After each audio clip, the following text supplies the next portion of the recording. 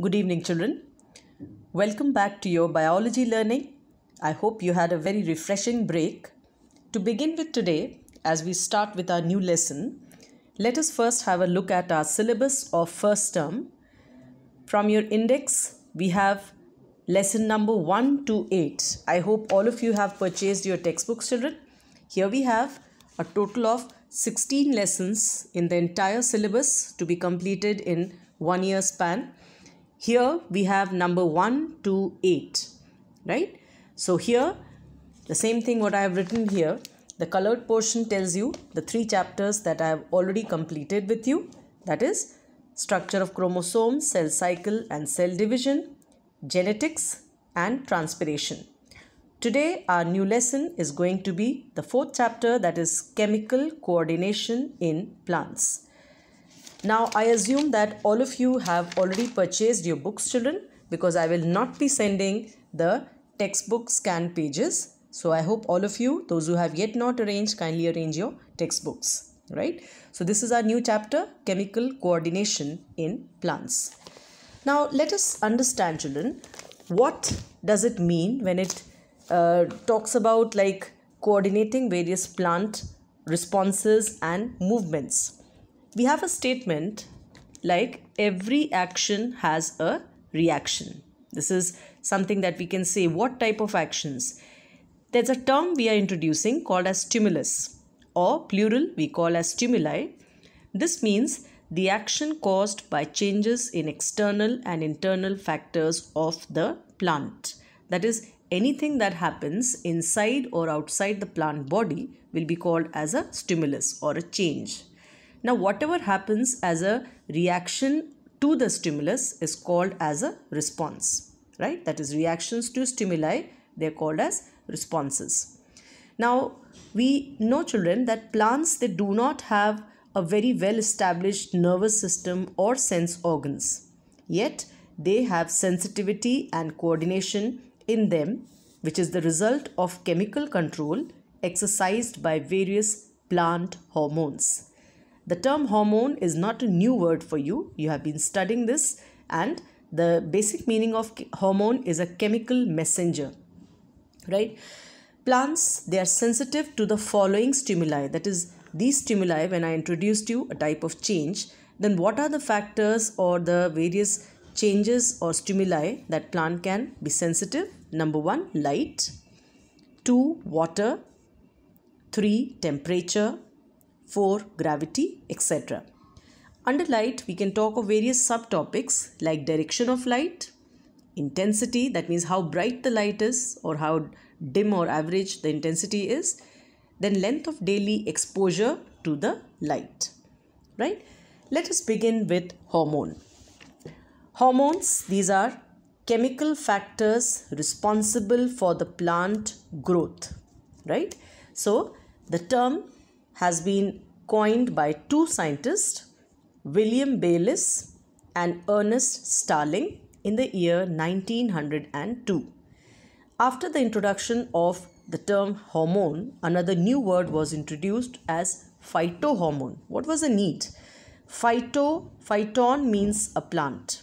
So basically phytohormone means plant hormones, and this was introduced just to distinguish them clearly from animal hormones, because just like plants, even animals, we have various, even humans also, we have various hormones in our body. So in this chapter, children, we are only going to concentrate on various phytohormones or the plant hormones. There are 4 hormones that, there are 5 hormones that you have to study in your course. Number 1, auxins. 2, Gibberellins. 3, Cytokinins. 4th, Ethylene. 5th, Abscisic acid, or what we also abbreviate as ABA, all the letters in capitals. Auxin is the word that has been coined by a Greek term called as auxin, AUXEIN. The word hormone is AUXIN, but the Greek word what means to grow. The person who was the first one to coin the term was F.W. Wendt in the year 1920. 28. Auxin is the first growth hormone that was discovered in plants, and chemically they are very powerful growth stimulants. That means the auxin presence only merely stimulates plant growth, right? The next point is they are very effective or quite effective at low concentrations also. Then they are distributed in higher and lower plants like algae, fungi, etc. In higher plants, they are present in actively growing regions. Actively growing regions means the regions where the cellular activity or the division is very rapid. What are the regions? Shoot apex, that means the tip of shoot or the aerial part of plant. The root apex, that is a tip of root. Lateral meristem, meristem is the other name for meristematic tissue, etc. Alright, then let us see about the function of auxin. Auxins, as I just told you, first one is that they promote growth in plants by cell elongation. See, there's a difference, children, when we say elongate. Elongate means to extend. Like, for example, you're pulling a rubber band, which will elongate. But when we say cell division, right? Or let's say cell division means the rubber band or the cell will be divided into two parts. So here we are talking of cell elongation in auxin. And basically, rate of cell elongation, that means how much cell should elongate, is directly proportional to auxin concentration. What does this mean? More the auxin, more the rate of cell elongation, and vice versa. Alright. The second function of auxin is that it delays the falling of leaves. That is, leaves will be growing on the plant for a longer time because the leaf fall will be delayed. And the third and second last important function is apical dominance. This is a very important term, children, for your definition. To dominate means not to allow any other to show its effect, right? So apical means, suppose this is a plant. Suppose this is a plant. This is the root region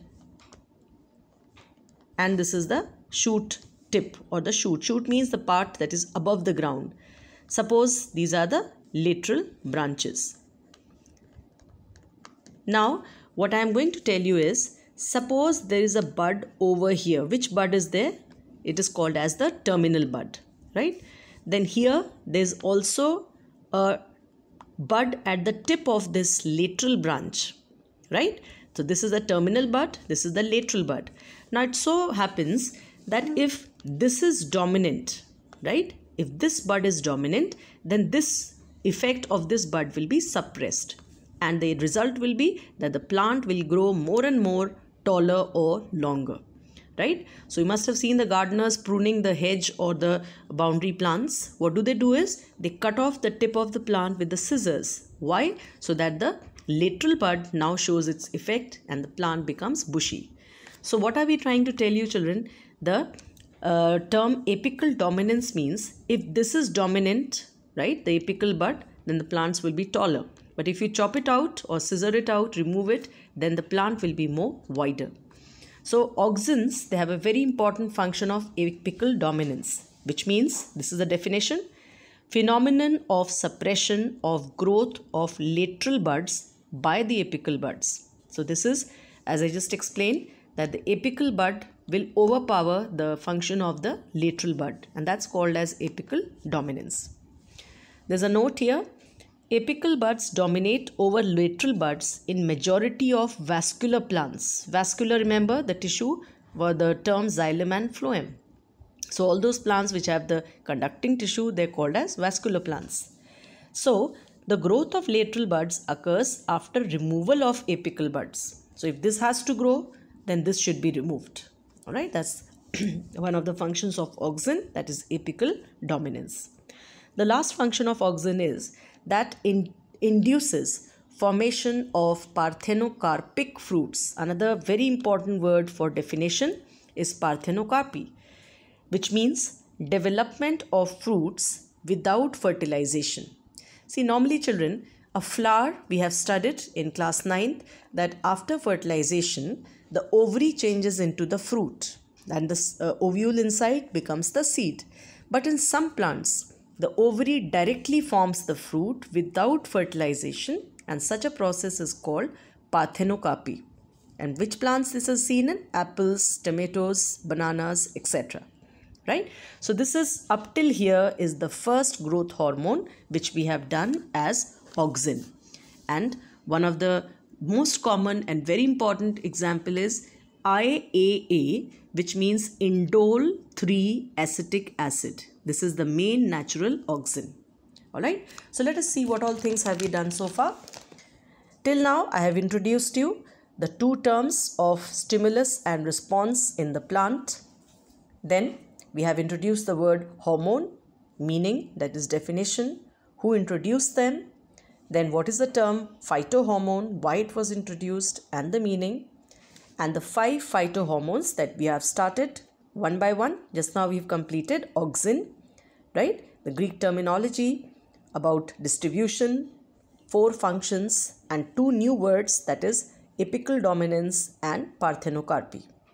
Let us start with the second phyto or plant hormone, that is gibberellins, right? This is another kind of plant hormone, right? Gibberellins, and they are in many forms. This is reported from different plants and in different forms like GA1, GA2, GA3 and so on. But till date, the third form, that is GA3, which is also called as gibberellic acid, is the most studied form. So the base of our study will be on gibberellic acid because this has been maximum studied till date. Alright, so let us talk about further things about gibberellins. In higher plants, gibberellins are mainly distributed in meristematic regions. Once again, when we say meristematic, means the actively growing regions like stem apex, root apex, the buds, seeds, etc. Then, what is the function of gibberellins? There are many functions. They promote growth of internodes. What is an internode? It's the region between 2 nodes, right, on a stem. So this growth is promoted by cell elongation. Remember children, here also we had the auxin also helps in cell elongation. Just now we saw it over here. So this is a common thing in gibberellins and auxin, that they promote growth by cell elongation. Second function, gibberellins promote fruit growth. Third, they break the seed dormancy and initiate germination. Dormancy, if you remember, it's a period of rest. So the seeds, they overcome this period of rest and they start growing or start showing germination. Fourth function is to delay senescence or aging. This is again a new word, children. Remember it. Senescence means aging. That means plant will have a longer span of life because the aging will be delayed. Then this also induces parthenocarpy, which means the birth or the formation of fruits without fertilization. Just now we studied parthenocarpy, which means formation of fruits without fertilization. Then the last function is gibberellins. These are used widely in horticulture and food industries. What is horticulture?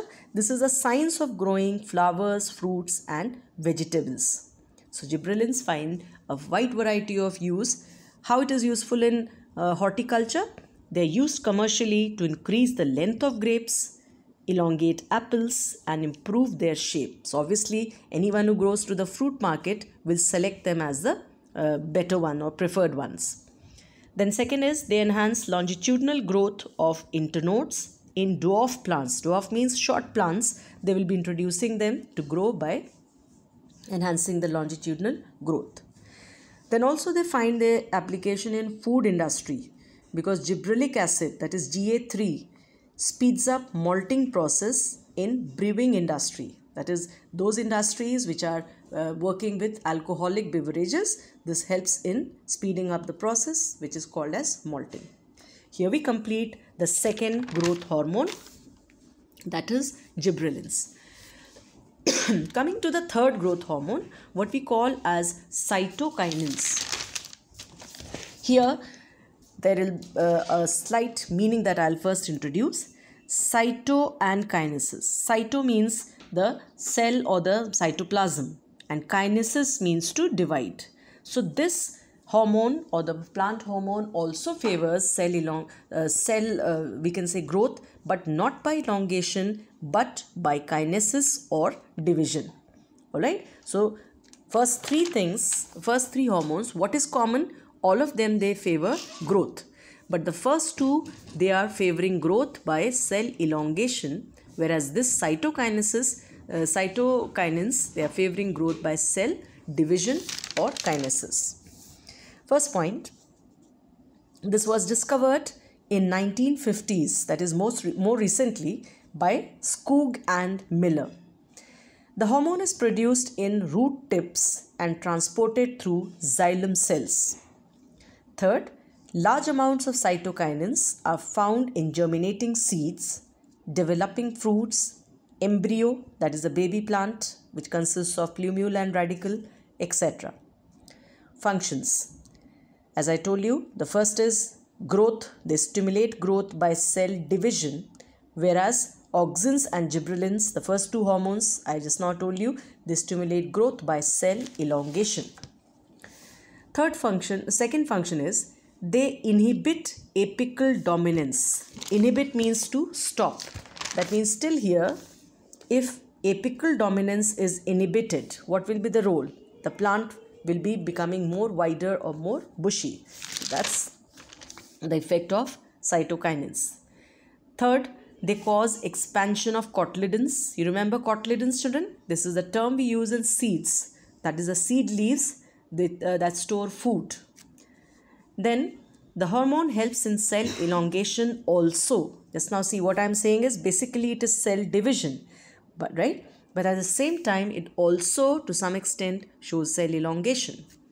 Promotes chlorophyll synthesis. Synthesis means formation in chloroplasts, that is the green plastids or the kitchen of the cell, a plant cell. And finally, it promotes organ formation. What organs? For example, flowers, fruits, seeds, etc. Right? So that is all about the third hormone, that is cytokinins. We completed 3, children. Moving on to our fourth phytohormone, we call as ethylene. Ethylene is unique in the category of all phytohormones that we are studying because this is the only gaseous hormone. The rest are not. Right? This is the only gaseous hormone at ordinary temperatures. Right? By formula, it is C2H4. As we know, children, a carbon atom can only show 4 bonding. 1, 2, 3, 4. So, ene means double bond. So, 2 carbon atoms, they are attached by double bond. So, let's see, this carbon has 4 bonds. 1, 2, 3 and 4. Similarly here, 1, 2, 3 and 4. So, this is ethylene, the gaseous hormone. It is produced, right, in fruits and remains in the same fruit. It's the gas at ordinary temperature. Just now I told you, this is produced in the fruits, right, and it remains in the same fruit. Then, ethylene is known to cause fruit ripening. This is also produced in higher plants and some fungi. This was observed first time that it shows fruit ripening by a workout like this. That is in an experimental observation. It was seen that oranges and bananas, they were kept together, right? And the ethylene gas that was evolved by the oranges, it caused the ripening of bananas also when stored together. So what does this show here?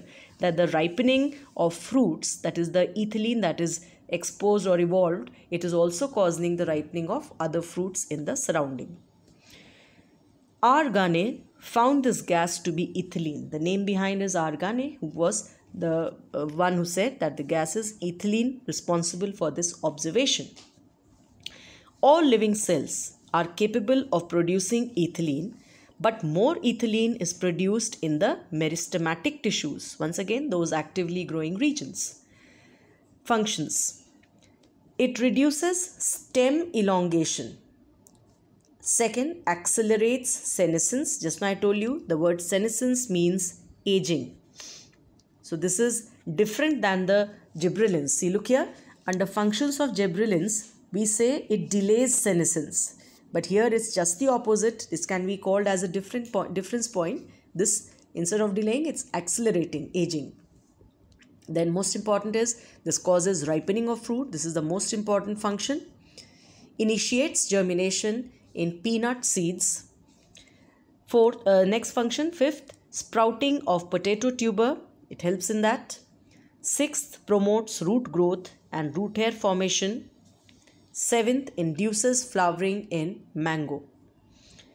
Thus, ethylene is the most widely used plant growth hormone in agriculture. So, coming on to our last hormone for today, ABA. The last one is here. The fifth one, that is ABA, just now I told you, abscisic acid.